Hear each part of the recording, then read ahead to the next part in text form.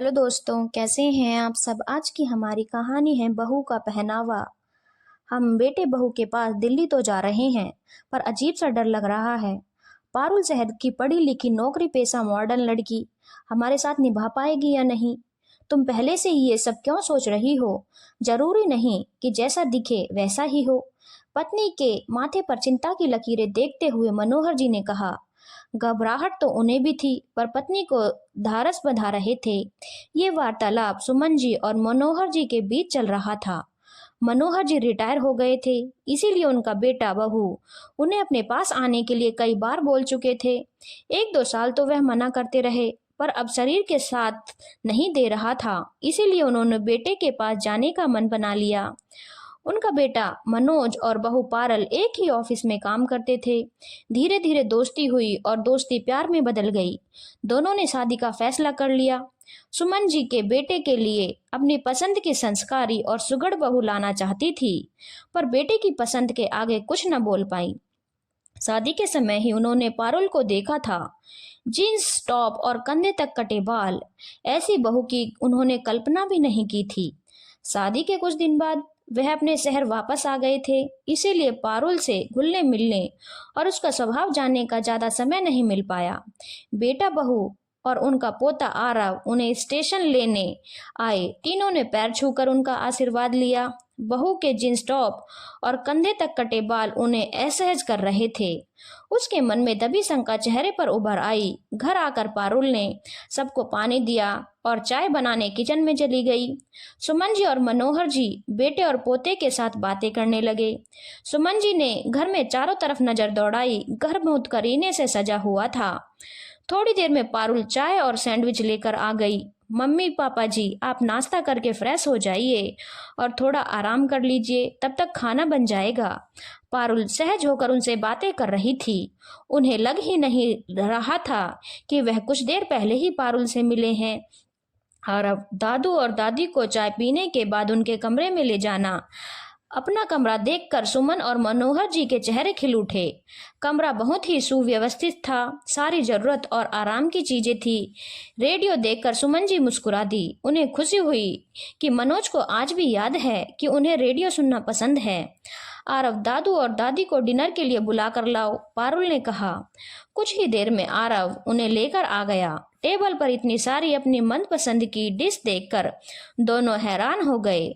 Mummy papa, Parul ने मुझसे पूछकर आप दोनों की पसंद का खाना बनाया है।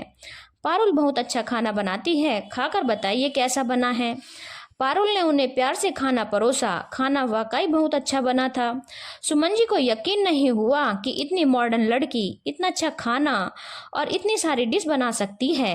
दादू, आज से मैं आपके साथ सोऊंगा, आप मुझे कहानी सुनाएंगे ना। पापा कहते हैं आप दोनों को बहुत अच्छी कहानियां आती हैं। ठीक है बेटा। आरव की तुतलाती बोली में वह अपने बेटे की सूरत देख रहे थे। मनोज भी कहानी सुनने के लिए ऐसा ही बोलता था।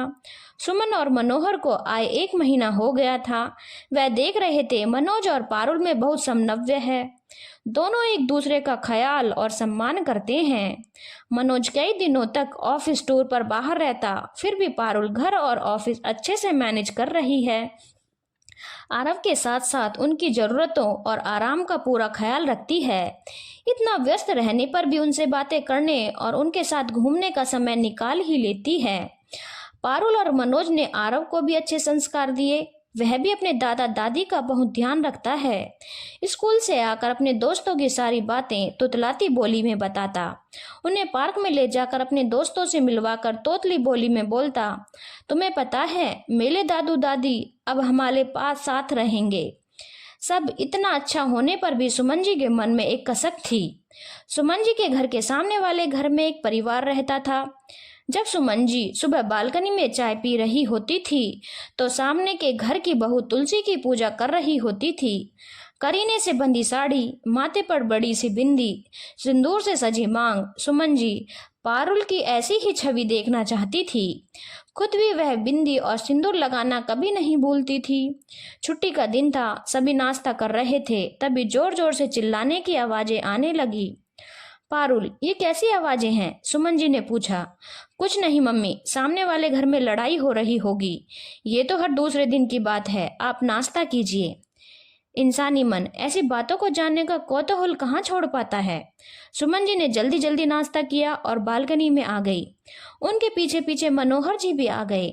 उन्होंने देखा वही संस्कारी बहू जैसे उसकी चाह थी अपने सास ससुर से लड़ रही है। उसके बोलने के अंदाज से उन्हें हैरान कर दिया। आपको हमारे साथ रहना है तो हमारे अनुसार रहना होगा, नहीं तो आप अपना इंतजाम कहीं और कर लें। इतना कहकर वह अपने पति का हाथ पकड़कर अंदर ले गई। जाते हुए उसने इतनी जोर से दरवाजा पटका कि सुमन जी भी डर गई। जरा देखो अपने सास ससुर से कैसे लड़ रही है। बेटा भी अपनी पत्नी को नहीं रोक रहा। ये तो बहुत सीधी सादी लगती थी। जरूरी नहीं जो सीधा दिखे वो हो। छोड़ो, अंदर चलो। इतना कहकर मनोहर जी चले गए। सुमन जी वहीं कुर्सी पर धम से बैठ गईं। उन्हें वह लंबी नींद से जागी लगी। इतने सालों से वह गलत फहमी में जी रही थी। संस्कारों और अच्छाई को उन्होंने पहनावे से नापा था। मम्मी जी कहाँ हो? बहुत देर तक जब सुमन जी अंदर नहीं आई तो पारुल उनको ढूंढते हुए बालकनी में आई। उसने देखा सुमन जी गहरी सोच में बैठी हैं। मम्मी जी क्या हुआ? आप क्या सोच रही हो? बेटा, जब हम यहाँ आ रहे थे तो मेरे मन में कई शंकाएं थी जो निराधार निकली। आज मुझे अपनी सोच पर शर्म आ रही है। घबराते हुए, कैसी शंकाएं और कैसी शर्म मम्मी जी? यही कि तुम हमारे साथ निभा पाओगी या नहीं। हम तुम पर बोझ तो नहीं बन जाएंगे, या तुम हमें अपना समझोगी या नहीं। पर क्यों? तुम्हारे कपड़े, मुझे लगता था कि तुम मॉडर्न जीन्स पैंट पहनने वाली लड़की हो तो शायद तुम हमारे साथ एडजस्ट ना कर पाओ। हमारी और तुम्हारी सोच में अंतर होगा, क्योंकि आजकल के बच्चे प्रैक्टिकल ज़्यादा हैं। उन्हें सिर्फ अपनी खुशी की फिक्र रहती है। पर मुझे खुशी है तुमने हमें गलत साबित कर दिया। शायद मैं मनोज के लिए तुम्हारी जैसी समझदार और संस्कारी लड़की नहीं ढूंढ पाती। पारुल हंसते हुए बोली, मम्मी जी मुझे खुशी है कि आपके विचार बदले। मम्मी जी, पहनावा संस्कारों का प्रमाण नहीं। हम ये कपड़े मॉडर्न दिखने के लिए नहीं पहनते, इसलिए पहनते हैं क्योंकि इनमें हम कंफर्टेबल फील करते हैं। और कपड़ों का हमारे व्यवहार और संस्कारों से कोई लेना देना नहीं। पहनावा सिर्फ बाहरी आवरण है, हमारे चरित्र का आईना नहीं। मम्मी जी, हम कितने भी मॉडर्न हो जाएं, पर हमारे संस्कार हमेशा हमारे साथ रहेंगे।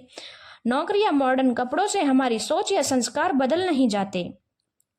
ठीक कहा तुमने बेटा, हमें पूर्वाग्रह से बचाना चाहिए। मुझे भी एहसास हो गया कि बिना देखे परखे किसी के बारे में राय नहीं बनानी चाहिए। दोस्तों, संस्कार कपड़ों से नहीं, इंसान के आचरण से पता चलते हैं। किसी का मूल्यांकन पहनावे से नहीं करना चाहिए। आंखों भी धोखा खा सकती हैं, इसलिए परखे बिना किसी के बारे में धारणा न बनाएं। धन्यवाद दोस्तों। अगर आपको कहानी अच्छी लगी हो तो चैनल को लाइक, शेयर और सब्सक्राइब करना ना भूलें।